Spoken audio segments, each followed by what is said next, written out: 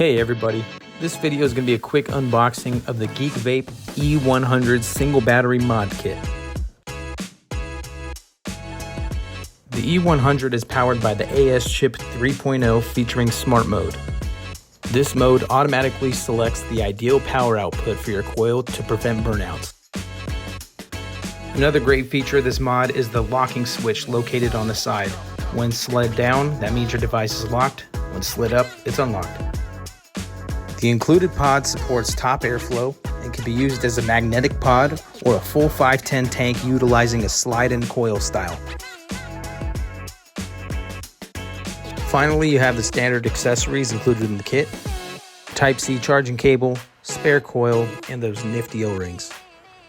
Thanks everybody for tuning in, and we'll see you in the next one.